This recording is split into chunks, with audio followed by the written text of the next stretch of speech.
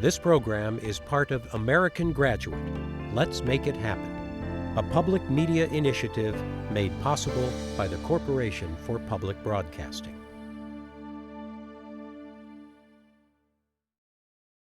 This molecule has 1, 2, 3, 4, 5, 6, 7. Oakland, California is ground zero for America's dropout crisis. More than 35% of public high school students in the city do not graduate. Fewer than half of the district's African American and Latino students graduate in 4 years. At some schools, far more students drop out than graduate. When you look at who is being successful and who isn't, largely children of color, African American, Latino kids are being pushed out faster than anybody else, and specifically boys. And that plays out then in terms of who's employed and who isn't, plays out in terms of the crime, in terms of the extraordinary murder rate and violence in Oakland. We have to take really serious responsibility as a city to change these outcomes. So I think it's probably the most significant issue we could be addressing as a city. In March, KQED assembled a group of teachers, education advocates, and students at Laney College in Oakland to address the problem in various unique ways. Let me just say rap, school, life. Oakland Technical High School senior and hip-hop artist Bindi G warmed up the crowd with a rap entitled "Education is Liberation." I am really thrilled to introduce this fabulous panel we have. Moderator Glenn Washington, host of NPR's Snap Judgment, talked about his personal connection to the dropout crisis. It was about 4 or 5 years ago when we were working on various wraparound service programs that I spoke to Mayor Brown, and he was very happy with himself because he told me that he was going to double the amount of African American males that graduate equipped to go on to university. And I thought, that's fantastic. That's great news. What's the number right now? And he said 30. Town hall participants were united in their insistence that a whole generation of young people is being left behind and that urgent change is desperately needed. We know that it's a crisis, and we're crying out for change. A lot of us carry trauma of rape, of incest, of murder, of violence, of 183 liquor outlets in East Oakland and not one bookstore. That is criminal before a single trigger is pulled. Cesar Cruz, co-founder of Homies Empowerment, reminded his fellow educators of the difficult circumstances their students face every day. And so you got to understand that as an educator. You got to stand alongside those that have the least. You got to live in the hood, live in the barrio, be about the barrio, and not feel sorry for young people, but stand with young people to create another world. Kimberly Mayfield chairs the education department at Holy Names University. Mayfield underscored the value of employing educators who live in the communities where they teach. Unfortunately, in Oakland, sometimes we have a lot of shootings. If a teacher is from the community, they might recognize the name, they might know it's connected to someone in their class, and they can make accommodations that day. They'll know that that student isn't disengaged because they don't like school, but because something tragic has happened in their local community. At the same time, when wonderful things happen, like when people get awards or contracts, like we have a lot of sports figures from Oakland. If you're an insider, then you know the importance to the community, and so students are more connected to you because they feel like you're walking the same streets they're walking, and you have some cultural knowledge that can connect to them in really meaningful ways. Even Skyline High School, a high-achieving charter perched atop the Oakland Hills, struggles with a dropout problem. We actually caught up to and talked to our dropouts and found out what was going on or what was not going on that made them feel like school wasn't meeting their needs.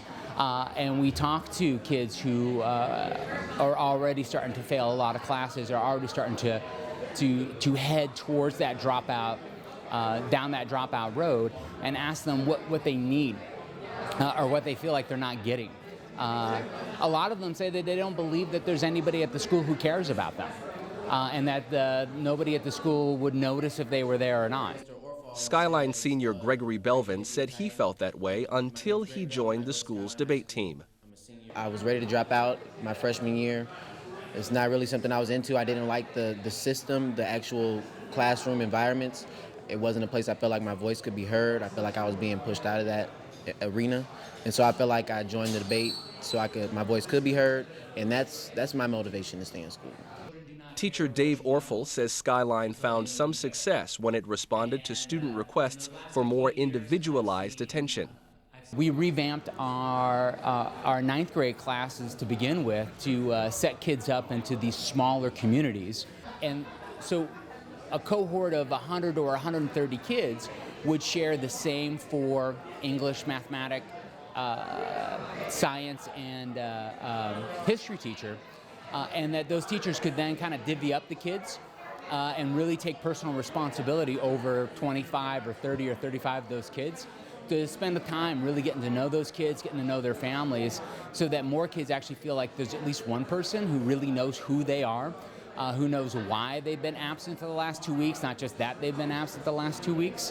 And we've been finding up at Skyline that our dropout rate is diminishing. Addressing the audience of educators, Belvin said society cannot even begin to understand the magnitude of the dropout problem unless student voices are heard. I believe that this is a prerequisite to doing any policy option, because when you exclude those voices of those who are already being marginalized by the current system, that means that whatever information you get, whatever policy option that you want to implement, it's only going to help those who are still in that system and who was able to function in that system in the first place. He argued that it's the 4 out of 10 public high school students who do not make it to graduation who need to be heard. When you exclude people's voices and you don't let them speak for themselves, you allow these numbers like 4 out of 10 to speak for them. And when you restrict somebody's being to a number, that dehumanizes them. And I don't know if you guys understand the weight of that, but when you dehumanize an entire population of youth, that constructs them as disposable. That means that, yes, we can put drugs in this community and crime in this community because these kids are numbers. Josue Diaz Jr., director of Oakland Technical High School's Green Academy, said he works hard to rekindle an innate love of learning.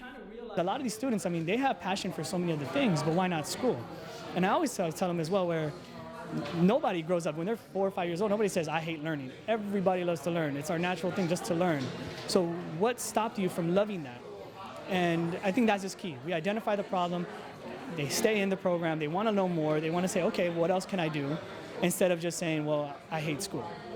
That's something that I think teachers really need to listen to nowadays.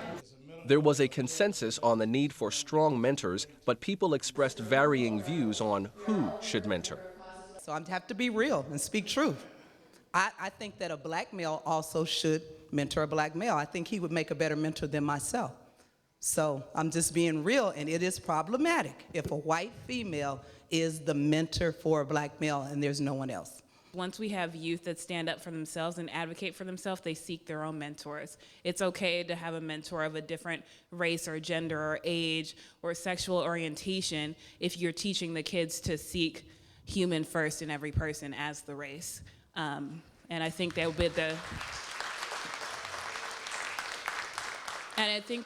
their own high expectations and hold themselves accountable to that. And they'll help teachers be more engaging. I have to rely on my family. I don't think it's mentors at school. I don't think it's internships from businesses. I think it starts with mom and dad sitting down with their kids and saying, how can we help you? One teacher suggested that educators identify kids at risk of dropping out as early as elementary school. You can look at some kids and you will know, especially some of our African American males, that they are not going to graduate. And so at our school, we do talk about this. This is a great concern to us, but I think we need to start thinking about what's going on in the earlier years. As the discussion wound down, participants agreed that this was just the beginning of an important dialogue.